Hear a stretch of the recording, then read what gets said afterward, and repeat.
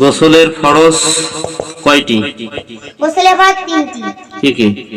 ভালোভাবে কুলি করা, নাকে পানি দেওয়া, সমস্ত শরীর ধৌত করা।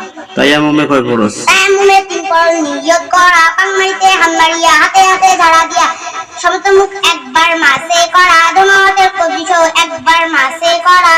ওযু ভাঙার কারণ কয়টি? ওযু ভাঙার কারণ 7টি। পায়খানা বা পেশাবে রাস্তা দিয়ে কোনো কিছু বার হওয়া, মুখ ভরিয়া বমি হওয়া, শরীরের কোনো জায়গা হইতে রক্ত পুষ পানি বার হইয়া গড়াইয়া পড়া, থুতুর সঙ্গে রক্তের ভাগ সমান বা বেশি হওয়া, শীত বা কাঁদিয়া হেলান দিয়া ঘুমদা, পাগল মাতাল ও অচেতন হইলে, নামাজের উচ্চস্বরে হাসিলে।